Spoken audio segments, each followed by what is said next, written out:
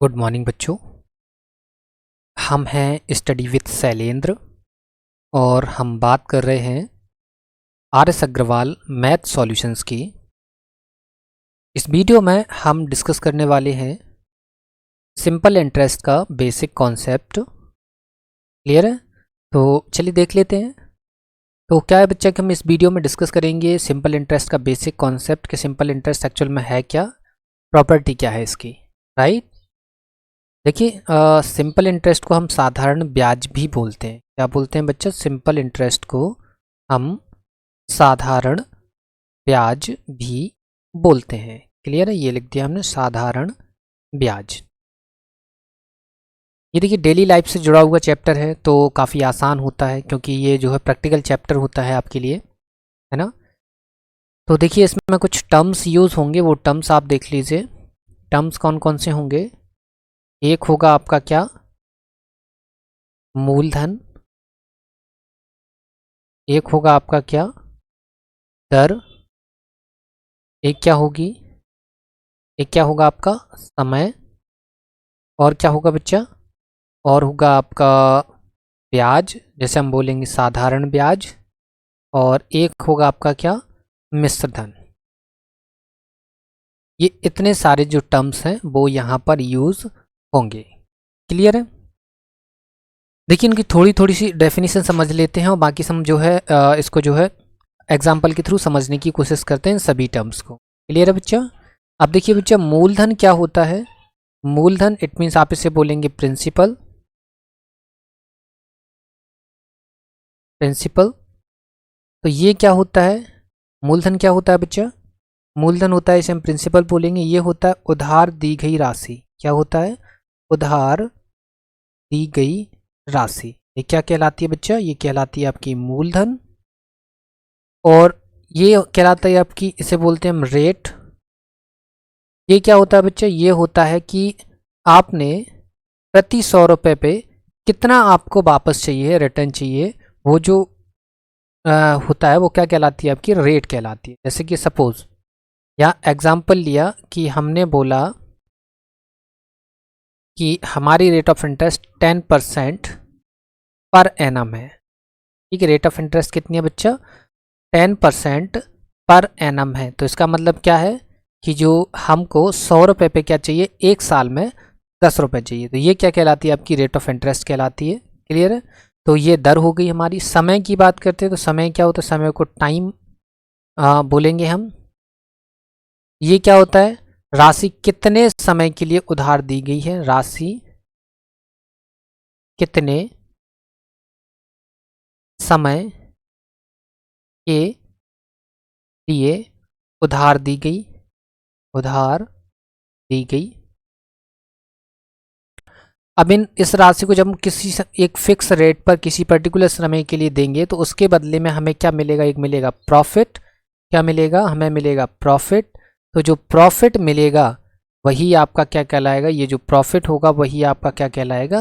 ब्याज कहलाएगा। या क्या कहलाएगा? वो कहलाएगा इंटरेस्ट। क्या कहलाएगा बच्चा? कहलाएगा इंटरेस्ट। क्लियर है? चलिए देखिए अब आ जाते हैं हम मिश्र धन पर। मिश्र धन को हम बोलेंगे अमाउंट। तो ये क्या होता है बच्चा? अमाउंट। मिश्र धन किसे बोलते हैं? जब मूलधन में हम क्या जोड़ दें? इंटरेस्ट। मतलब जो हमें प्रॉफिट मिला है एक पर्टिकुलर टाइम और रेट ऑफ इंटरेस्ट पर जो हमको प्रॉफिट मिला है, जैसे हम बोलते हैं इंटरेस्ट, उसका सम और उसका और मूलधन का जो सम होगा वो क्या कहलाएगा? आपका कहलाएगा मूलधन। क्लियर है? समझ आ गया होगा। चलिए इसको एग्जाम्पल के थ्रू समझते हैं। हमने यहाँ पे एक एग्जाम्पल लिया। एग्जाम्पल में हमने मूलधन ले लिया। कितना बच्चा? मूलधन ले लिया हमने 1000 रुपये। रेट हमने ले लिया बच्चे कितना? रेट ले ली 10% पर एनम। ठीक है, वार्षिक, प्रतिवार्षिक। टाइम ले लिया हमने कितना बच्चा? टाइम ले लिया 2 वर्ष, 2 ईयर। क्लियर है? अब इसमें देखो क्या दिख रहा है आपको? ये जो मूलधन दिख रहा है ना, ये 1000 रुपये दिख रहा है, वो क्या है आपका? है ये राशि क्या है? ये उधार दी गई राशि है या उधार ली गई राशि है? या ये उधार दी गई राशि है या ये उधार ली गई राशि है ना? क्या है बच्चा? या तो ये उधार दी गई राशि है या उधार ली गई राशि है। क्लियर है? ये 10% है, मतलब प्रति 100 रुपये पे उसको 10 रुपये चाहिए। एक साल में आप कितने भी रुपए उधार ले लीजिए, ये उसका कहना है। यहाँ पर कितना साल के लिए, 2 साल के लिए उसने दिया है। तो अब यहाँ पर ध्यान से देखिए कि यहाँ पर क्या कहने का मतलब है इसका, कि यहाँ पर एक फॉर्मूला क्या बनेगा कि हमने क्या बोला कि इन तीनों की कैलकुलेशन से क्या निकलेगा, निकलेगा आपको ब्याज। तो करते हैं कैलकुलेशन कैसे करेंगे, आप करेंगे P into T into R. R क्या होता है हमेशा परसेंट में, तो परसेंट बटे आर बटे 100। तो ऐसे फॉर्मूला बन जाता है P into T into R upon 100 equal to क्या मिलता है आपको सिंपल इंटरेस्ट। ये कैसे आया फॉर्मूला, समझ में आया कि हमने क्या किया कि इन तीनों, क्या बोला था कि इन तीनों की मूलधन, दर और समय की कैलकुलेशन से क्या मिलता है आपको साधारण ब्याज। तो P था, T था, रेट ऑफ इंटरेस्ट किस में होता है, परसेंट में होता है, तो परसेंट हटाएंगे अपॉन में 100 आ जाएगा। तो P into T into R upon 100 equal to SI हो जाएगा। फॉर्मूला में इसको पुट करेंगे तो देखो P कितना है 1000, T कितना है 2 वर्ष है, R कितना है 10%, 10% हटाए तो बटे में 100 बराबर क्या हो गया SI आपको मिल जाएगा। क्लियर है। देखो 1 0 से 1 0, 1 0 से 1 0, कितना आ गया SI आ गया आपका 200 रुपये। कितना आ गया बच्चा SI आ गया 200 रुपये। तो देखो यहाँ पे सारी चीज़ें दिख रही होंगी, ये आपका मूलधन हो गया, ये आपकी दर हो गई, ये समय हो गई।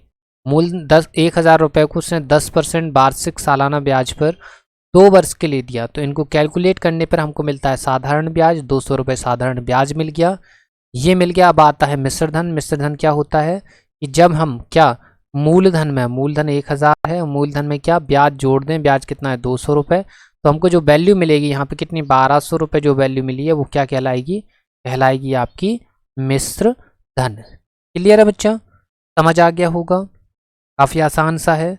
तो फिर चलते हैं हम आगे। देखिए बच्चा क्या है कि कुछ फॉर्मूले आप लिख लीजिए। एक फॉर्मूला तो हम पढ़ ही चुके हैं, एक फॉर्मूला हम पढ़ चुके हैं वैसे, हालांकि सारे फॉर्मूले एक ही फॉर्मूले से ड्राइव होना है। फॉर्मूला क्या है, P into T into R upon 100 equal to क्या मिलता है हमको साधारण ब्याज। क्लियर है, क्या मिलता है हमको साधारण ब्याज। अब देखिए बच्चा, अगर आपको मूलधन निकालना हो, मतलब P निकालना हो, तो P इक्वल टू क्या होगा, सिंपल इंटरेस्ट, ये बटेगा किस में चला जाएगा, गुणा में चला जाएगा। ये गुणा की संख्या किस में आ जाएगी, बटे में कितनी हो जाएगी R इंटू टी होगी। अब आपको मूलधन की जगह अगर दर निकालना हो, मतलब R निकालना हो, तो R क्या होगा, ये बटे की संख्या गुणा में चली जाएगी, मतलब SI गुणा 100 बटे में क्या हो जाएगा, बटे में हो जाएगा P इंटू टी। क्लियर है। सिमिलर अगर आपको T निकालना हो, टाइम निकालना हो, तो टाइम इक्वल टू क्या होता है SI इंटू 100 अपॉन में PR। होगा कि नहीं होगा, बिल्कुल होगा। क्लियर है। चलिए बच्चे, ये तो सारी चीज़ें हो गई हैं, ये इतनी सारी चीज़ें हो गई हैं।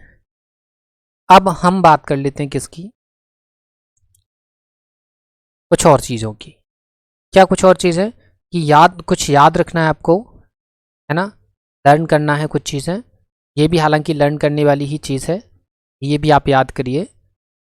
तो देखिए बच्चा, हमेशा याद रखिए, मूलधन हमेशा जब भी परसेंट पे बात होगी तो मूलधन हमेशा 100% होगा और फ्रैक्शन में हमेशा 1 होगा। क्लियर है।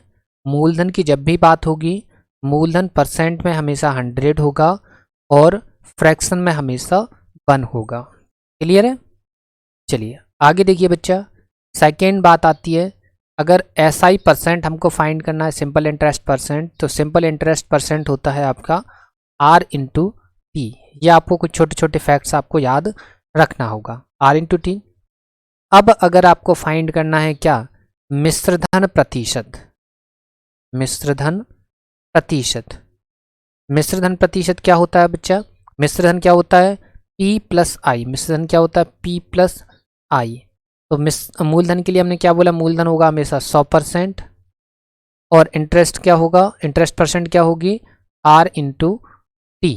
क्या होगा बच्चा, R इंटू टी। क्या होगा बच्चा, R इंटू टी। इस हिसाब से हमारी क्या हो जाएगी, मिश्रधन प्रतिशत फाइंड हो जाएगी। क्लियर है बच्चा। समझ आ गया होगा। ये छोटे छोटे से पॉइंट्स आपको याद रखना है। क्लियर है? ये छोटे छोटे से पॉइंट्स आपको याद रखना है।